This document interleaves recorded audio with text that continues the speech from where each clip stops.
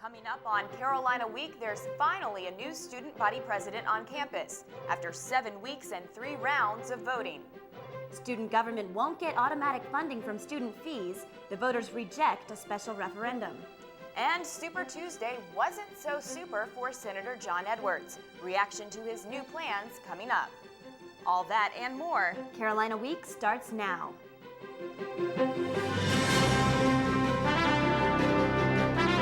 From the School of Journalism and Mass Communication at the University of North Carolina at Chapel Hill, this is Carolina Week.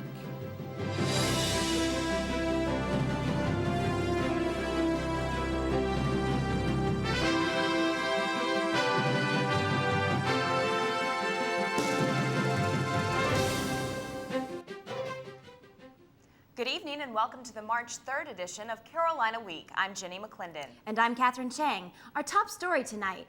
No one thought it would take this long to elect a new student body president. Weeks of campaigning followed by allegations or wrongdoing, a week-long investigation, and then a decision to call for a revote. But Carolina Week's Joe Mott tells us the process has finally come to an end. During the final minutes of the UNC men's basketball game, the Heels stayed strong for a win against Clemson. But that wasn't the only competition being decided on campus. In Carroll Hall, a crowd gathered awaiting the announcement of the next student body president. This wasn't the first time a crowd gathered there for that purpose. 2 weeks ago, a packed room listened as Board of Elections Chair Melissa Anderson described problems in the election. We must postpone the certification of this election. We have a number of different allegations that we must investigate in order to maintain the integrity of this election. Last night, the results were in and the decision made. As a result of his outstanding performance tonight with 30 points, Rashad McCants is our honorary student body president. Members of the crowd were only slightly amused at Anderson's joke as they impatiently waited for the real results. And now for your new student body president. With 57.8% of the vote, your new student body president is Matt Calabria.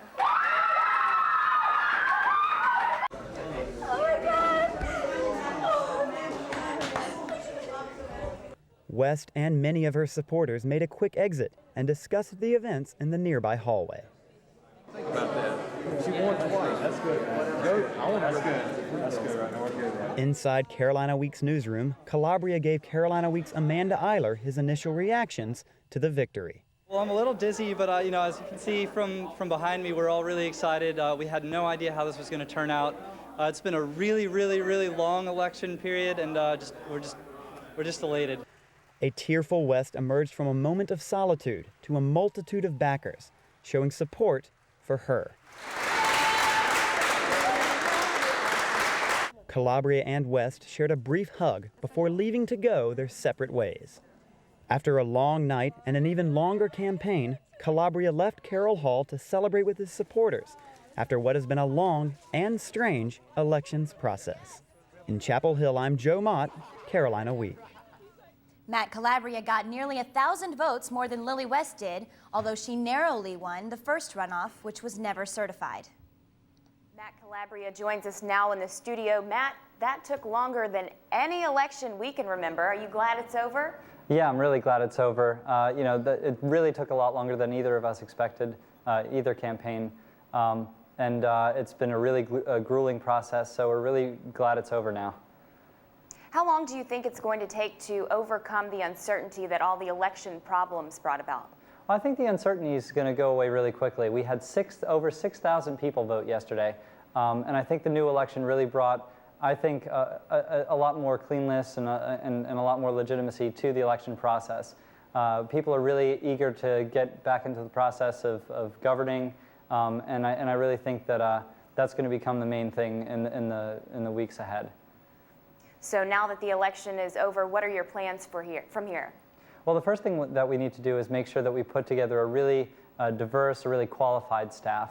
And that's going to be the first priority. I'm sure it'll take up some of my spring break and some of the next couple of weeks. And then from there, we want to make sure that we get our platform promises done and deal with some of the major problems that the university has and the major upcoming issues. It was a very close race, and Lily West did get a lot of support. Do you think you'll use any of her ideas from her platform? I hope to talk to Lily West about her ideas, and I also want to talk to the other candidates as well. Early on, we talked about how there were just an amazing number of candidates, but it seems like, you know, with all the election controversy, that's gone away. But I hope to do that in the future. All right, thanks, Matt, and good luck. In other election news, a referendum to change the way executive and judicial branches are funded was rejected by a margin of only 164 votes. The referendum would have provided a consistent funding source for the branches of student government without raising student fees.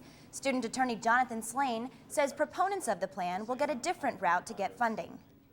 There are other things we could do, fundraising efforts by asking alumni to be willing to donate to their honor system to make sure that the student-run honor system and, in fact, the student-run government, the executive branch, would be able to be fully funded in the future.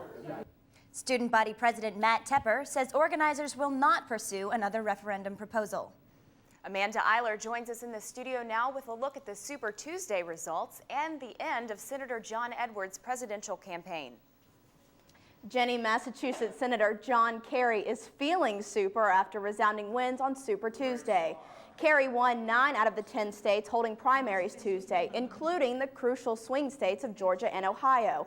It was Howard Dean and not John Edwards who denied Kerry the clean sweep. The former Vermont governor managed to take his home state 2 weeks after dropping out of the race. Kerry now looks to be a lock for the Democratic nomination. A Super Tuesday for John Kerry means the end of the road for the Edwards campaign. Edwards announced on Wednesday he's dropping out of the race for the Democratic nomination. Edwards made his official announcement at Broughton High School in Raleigh, surrounded by members of his campaign staff and many supporters. The truth of the matter is that John Kerry has what it takes right here to be President of the United States, and I, for one, intend to do everything in my power to make him the next President of the United States, and I ask you to join me in this cause for our country, for our America. Now, there has been speculation that John Kerry might add Edwards to the ticket as vice president. No word yet on whether that will actually happen. However, during his announcement today, Edwards did sound like he might be interested. Jenny? Thanks, Amanda. Ever wonder what the world will look like in 50 years? If you imagine robots doing just about anything, the future could be now.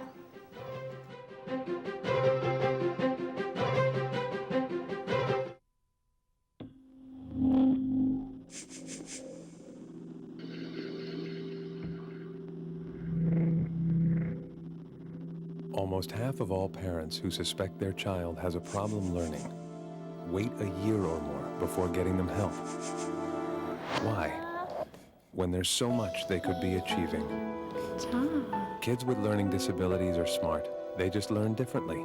Call or visit us on the web now. You know, so I was just thinking, just trim the ends just a little. I got it from here, Monsieur Salon type guy. Hey, today, everybody, is Pixie Cut Day. We're gonna take it real short, and then we're gonna dye it jet black. The look that says, I scribble dark lyrics in my journal. No, Pixie Cut. It just says, I've got issues. I don't have issues. Well, you will after this haircut. Pixie Cut it is. I don't want a pixie cut. Yes, you do. No, I don't. Yes, you do. Efforts to save the West House are continuing. Members of the campus community have proposed moving the historic building to a new location in an effort to save it from being demolished to make room for the new Arts Common. A structural engineer and architect team have been hired to conduct a feasible study of moving the West House.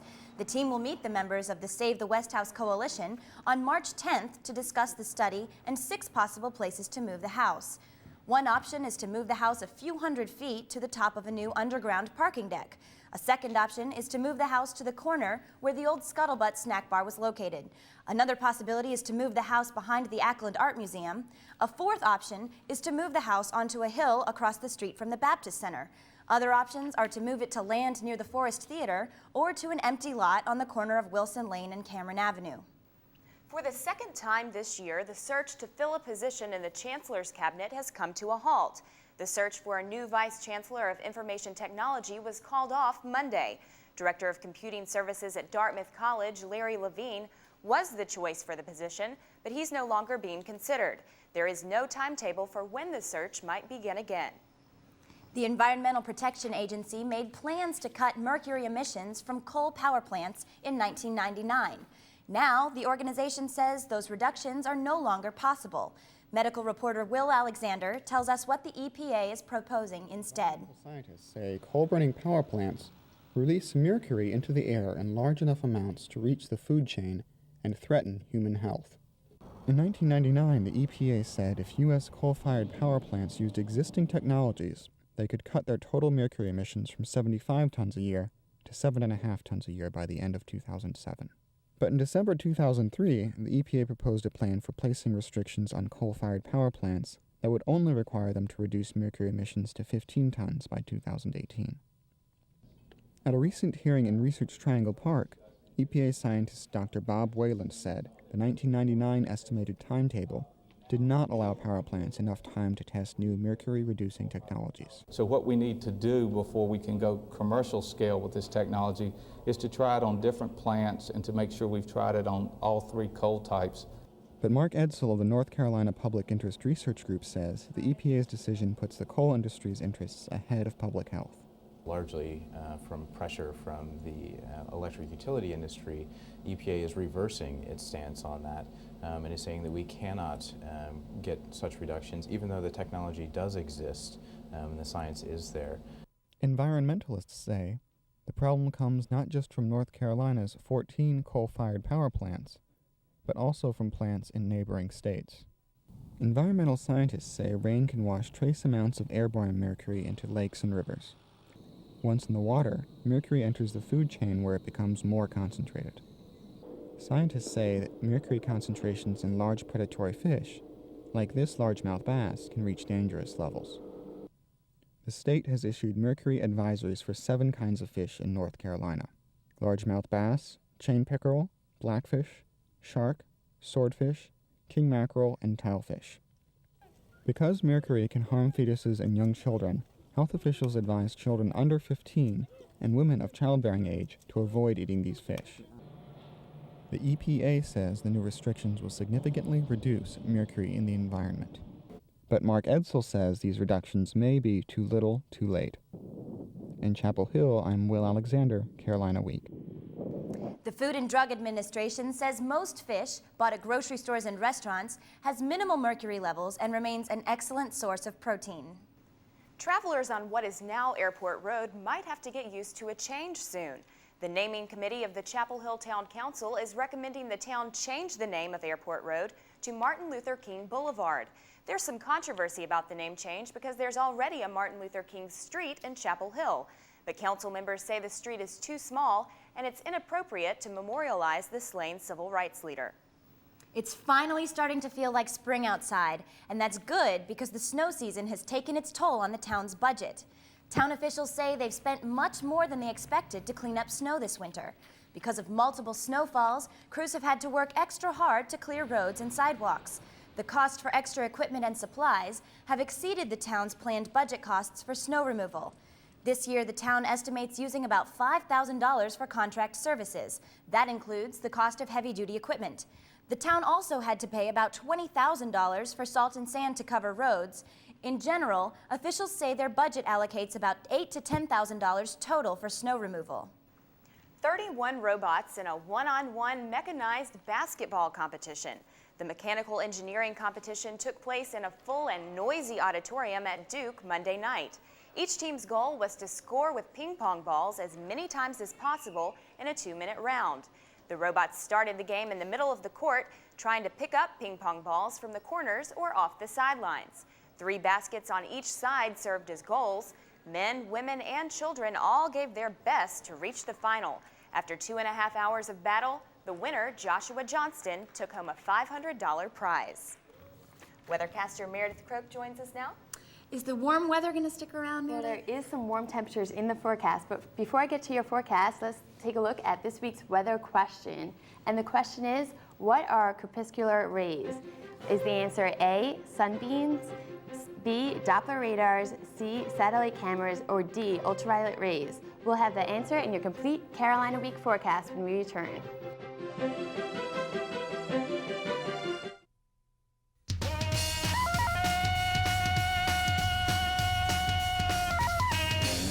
Tarzan, Lord of the Jungle, King of the Apes, father of boy.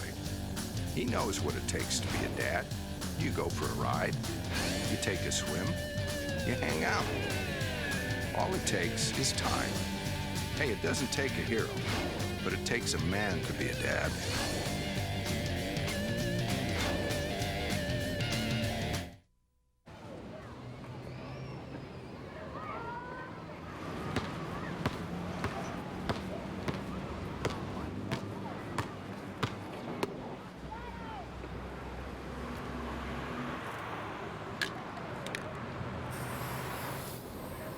Thousands of kids in this country have everything it takes to go to college, except the money. The United Negro College Fund. A mind is a terrible thing to waste.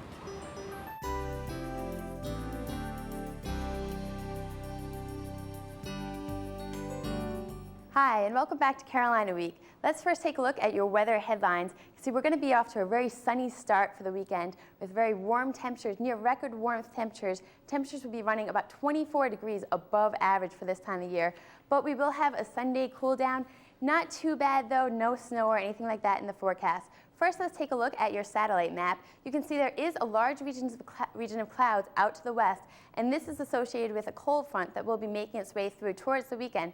But for our weather currently, you can see just clear skies over us, and that's what's going to let the temperatures just shoot up and reach almost an 80-degree mark by the beginning of the weekend. So very nice weekend coming up. And as we take a look at your forecast map now, you can see this is a warm front that will push through our region on Thursday, and that's what's really bringing us that warm weather. And this high pressure system off the coast, what's actually happening is a ridge is going to set up and let that southwesterly flow, and that's really just going to let our temperatures just skyrocket. So very warm temperatures for this time of year. And you can see back to the west is a low pressure system, and there's a cold front associated with that. That's going to move its way towards the region by Friday night and into Saturday morning.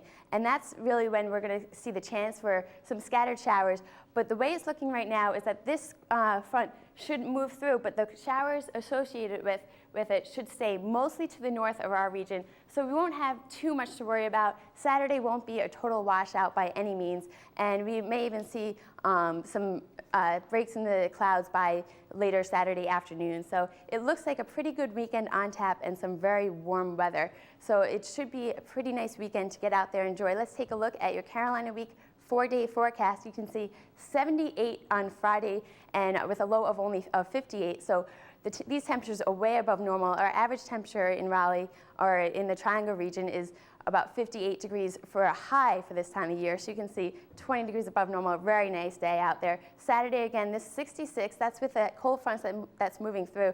But again, not too much to worry about, and still a very nice day on Saturday. Sunday, sunny skies, 62 degrees, and a low of 40 degrees. And Monday, another nice day, 60 degrees. Again, it's cooler, but nothing much to worry about. Let's take a look at your beach forecast now. 72 degrees at the beach. Again, a chance of a shower in the morning. It's not going to be a total washout. Sunday looks like the better of the 2 days, though, with a high of 66 degrees and sunny skies.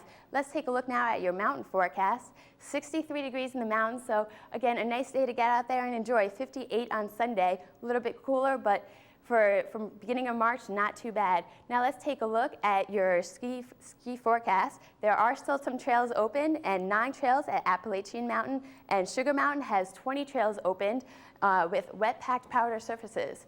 And now, does anybody know the answer to this week's weather question? It doesn't sound very scientific, but in honor of the sun, I'm going to go with sunbeams on this one. Well, that's correct. The crepuscular rays are actually sunbeams, and what it is the sunbeams are going through cracks in the clouds, and that's what's giving you the appearance of the rays coming out from the back of the clouds. All right, got one right. Way to go, guys. Thanks, Meredith. Luke Notestein joins us now with sports. Luke, good weather to get outside and watch some Carolina athletics, that's you for better sure. believe it. And it's been a pretty good weekend. It's been a pretty good week, so hopefully, we want the weather to keep up with the sports this week, so we'll see what happens. The men's basketball team looks to settle the score with the Clemson Tigers in the Heels' last home game this season. We'll find out if Carolina can keep its historic streak alive against the Tigers. Can I take your order, please? Yeah. Hi, could I get a number 2 With a lemonade, please. Could you make that a number 5 and make it a chocolate shake? Number 5 with a chocolate shake. What are you doing? I'm ordering for you. No, actually, I'd like a number 2 5 with a chocolate shake. with a lemonade, actually. Sir, could you please stop that? I just wanted to order a number 5 with a chocolate shake. I'd really like you All to right, stop lady. that. I'd like you to stop it. No. What services come to mind when you think of the American Red Cross? The Red Cross does blood drives, don't they? They help out with natural disasters. Giving blood. Tornadoes and hurricanes. Blood. Natural disasters. I'll bet you didn't know that the American Red Cross also provides emergency services for military families and delivers health and safety instruction in first aid, lifeguard training, and CPR. Contact your local Red Cross chapter to learn more about the services they provide. The Clemson Tigers have tried to beat Carolina at the Dean Dome, 49 tries to be exact. The Heels put that incredible home winning streak on the line again Tuesday. This game was not for the offensive-minded early, with both teams shooting below 40%. Well, Jesse Holley catches a pass to the 20, to the 10. He scores. That's good. From there, just give the ball to Rashad McCants. The ACC's leading scorer pours in the 3-ball like maple syrup on his Eggo waffle. That's delicious. Kids, if you want to learn how to shoot, watch McCants. He's good. Second half, same story. McCants ties a school record with 8 3-pointers on the night. Count them, 8. That is unbelievable. The Heels win 69-53 to improve to 50-0 against Clemson at home. McCants says he can't wait for the NCAA tournament, but his focus is on the Heels' upcoming game against Duke. It will be a great feeling if we do get in. We haven't been there before. I haven't been there before. I'd love to be there, just to give an opportunity. But right now, we're worried about Duke. That's all we're worried about. With the win against Clemson, UNC improves to 8-7 in the ACC. The Heels wrap up conference play Saturday in the rivalry rematch against Duke. If you've been to a men's basketball home game this season, you probably bought some food from the concession stands. If you were paying attention, you might have noticed some familiar females behind the counter. Fizzy sodas, delicious popcorn, and, well, maybe some tasty candy. It's the snack of champions, the women's soccer team to be precise. Every home basketball game, members of the women's soccer team put on their smiling faces and work concessions to raise money. Team building is the motivation, plus it gives the team more visibility, as if the Heels winning their 18th national title this past fall wasn't enough. After a rough weekend with 3 straight losses, freshman phenom Andrew Miller and the baseball team were looking to redeem themselves against Appalachian State on Tuesday. But it wasn't going to be pretty. It was literally hit or miss for Miller, who started off the game by allowing 4 hits and hitting the same number of batters by his exit in the 4th inning. Along with a sketchy pitching and a Mountaineer lead of 4-3, a rain delay put a damper on the game. But after 46 minutes, Carolina was ready to. Led by catcher Chris Iannetta, the Heels started pulling ahead in the 6th with a 2-run single.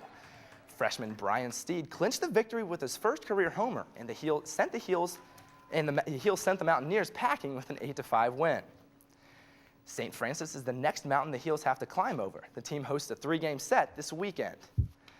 The Carolina women's tennis team sits in its highest spot in the history of the program. At number 5 in the nation, the Heels didn't show any letdown against William & Mary Wednesday. Not much of a crowd on hand, but that doesn't bother head coach Brian Calbas's team. William & Mary can't seem to get the ball across the net, and that gets the Heels out to an early lead. At number 1 doubles, Aniela Mojic serves up something a little spicy. Even the Canine likes that one. Number 2 Lee Byros is just tough at the back line as the Tribe watches Carolina take the doubles point. The Heels go on to take this one handily, improving to 11-1 on the season. The men's tennis team went down to South Carolina and claimed a big road win Tuesday. The Tar Heels easily defeated the number 19 Gamecocks 6-1, handing South Carolina its first loss of the season. Nick Monroe improved to 11-0 in singles matches. Carolina is off to a 10-1 start this season, its best since 1980. The honors just keep piling up for UNC's Laura Garrity. After shot-putting her way to the NCAA title last weekend and breaking the women's collegiate record in that event, Garrity will join Team USA in Budapest, Hungary for the World Indoor Championships March 5th through 7th. The Carolina Basketball Lounge that houses more than 30 years of memorabilia and uniforms was dedicated to former coach Walter Rabb this past week. On hand for the dedication were other great Carolina coaches, including former basketball coach Dean Smith and recently retired wrestling coach Bill Lamb. Rabb coached at Carolina from 1947 until 1977 and won 540 games during that span. Ladies, there were some impressive people at that meeting over the weekend. Sure, that's quite a record, 540 games. That's a lot of games. That's probably longer than we've been alive in order to get that many wins. That's probably true. Yeah, it's impressive. And the 50-game winning streak against Clemson at home. It's pretty exciting. That's what I like to see. Thanks, Luke. He would have turned 100 if he were alive Tuesday. Who is this rhyming man? That story is on its way.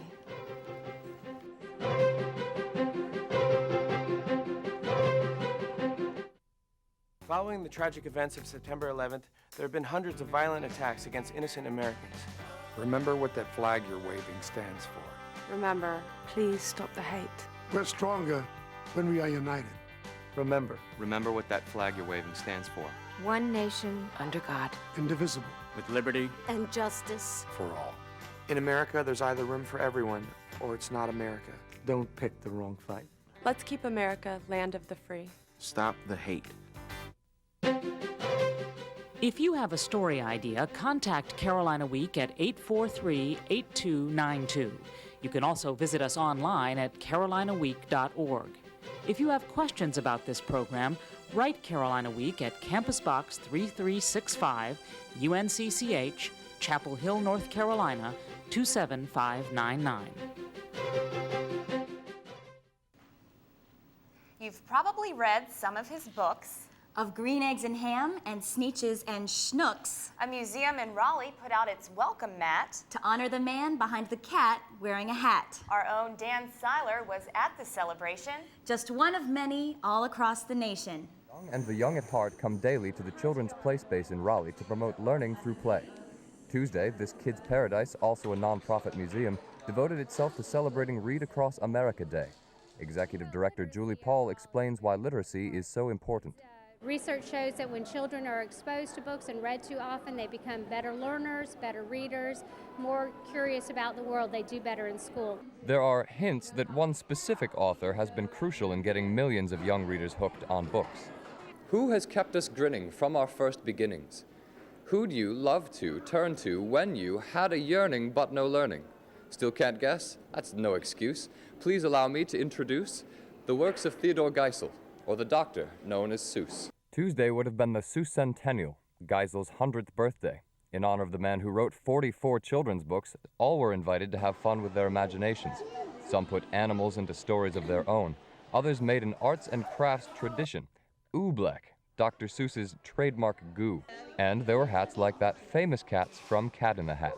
Some sat, listened, and joined in with special guests who read aloud from their favorite Seuss books. Have you guys heard Dr. Seuss before? Julie Paul says everyone should remember Dr. Seuss on Read Across America Day. And Dr. Seuss is just a beloved children's author who's written a lot of fun, great books, and it's important to celebrate and keep his legacy going.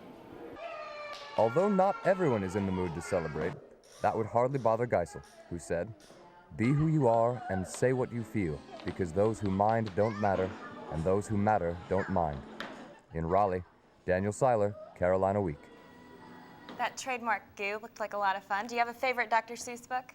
I kind of like Fox and Socks. All those tongue twisters are pretty fun. They're hard to say. I think my favorite is Oh, the Places You'll Go.